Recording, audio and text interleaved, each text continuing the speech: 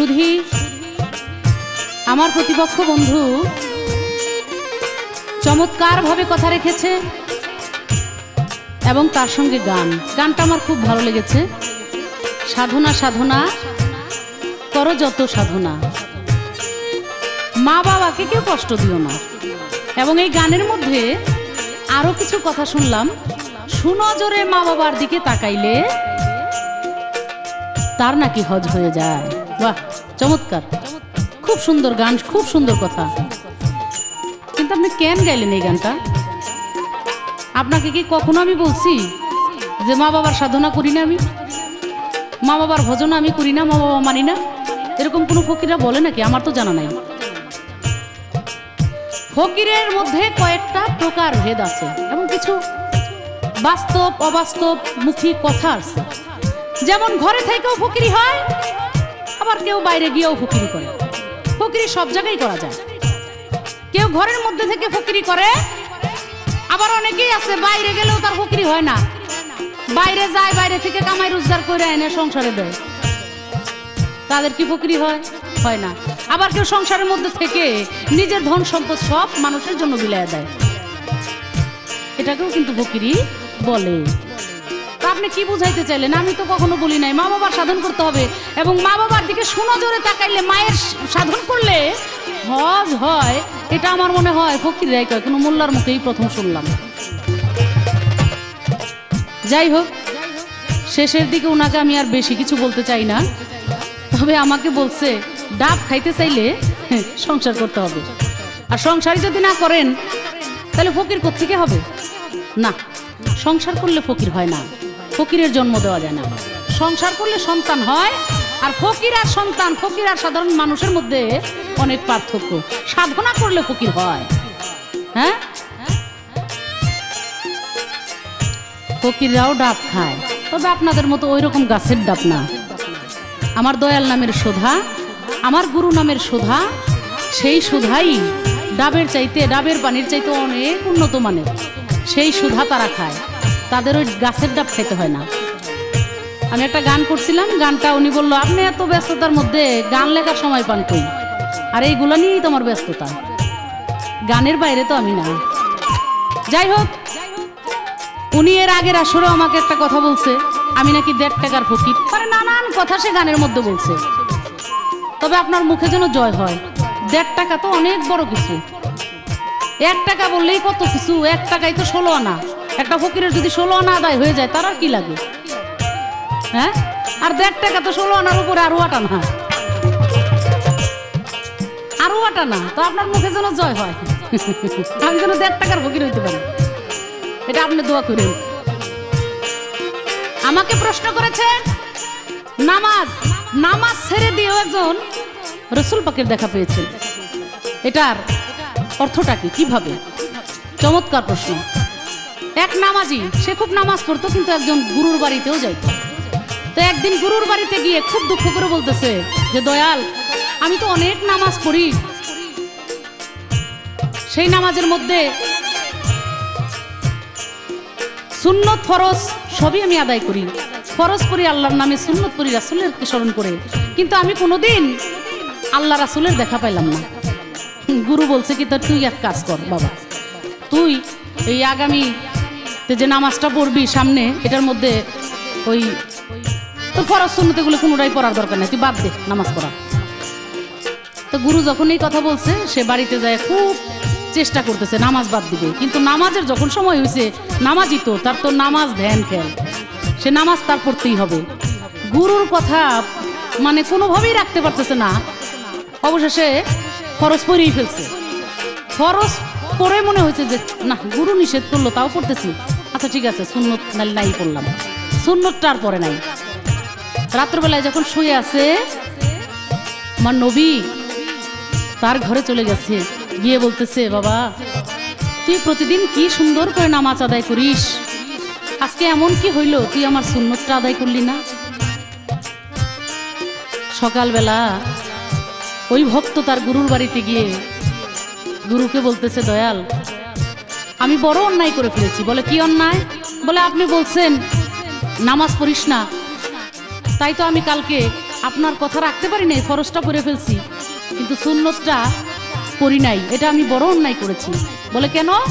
বলে সুন্নত না পড়ায় রাসূল পাক নিজেই রাত্রিবেলায় আমার কাছে এসে বলতেছে আমি নাকি বড় অপরাধ করেছি, তার সুন্নতটা কেন আদায় করি নাই।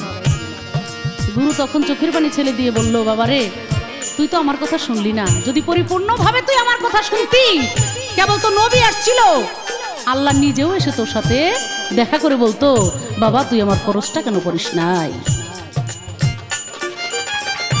সাথে সাথে ভক্ত তার গুরুর পায়ের উপরে পড়ে গেছে যে আমি আপনার কথা অমান্য করেই মনে হয় ভুল করেছি। তো ওইটা আবার কোন নামাজ, যে নামাজ না পড়লে আল্লাহ রাসূলও চলে আসে, আর আপনাদের নামাজ।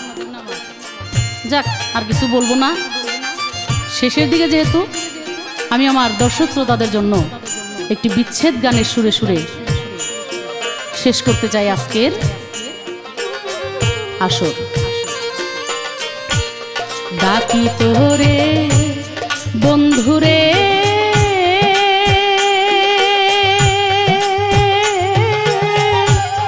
দেখা দেওয়া আসিয়ারে, কোন দিন হবে তোর সাথে মিলন রে বন্ধু, কোন দিন হবে তোর সাথে মিলন,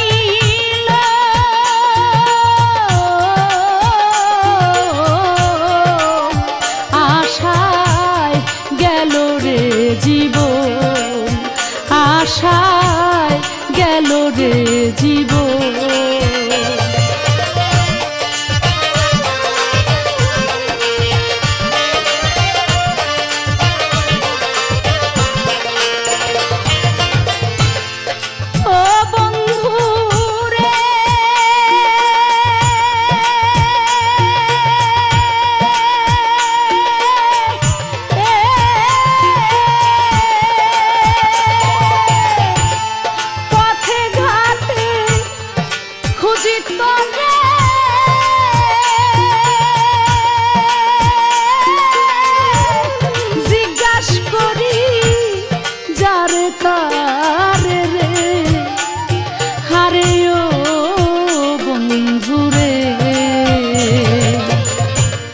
শহরে আর বন্দরে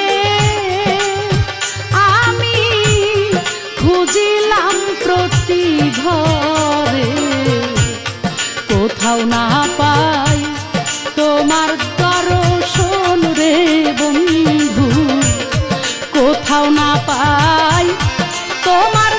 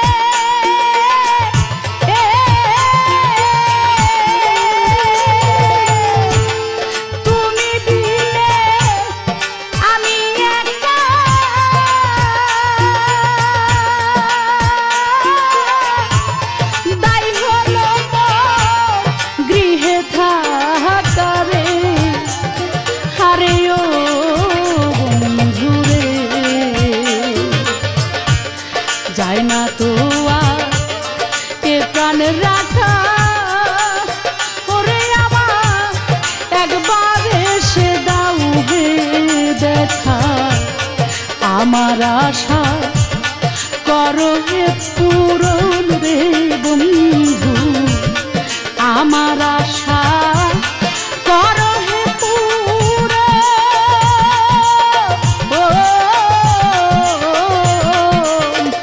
আশায় গেল রে জীবন, আশায় গেল রে জীবন।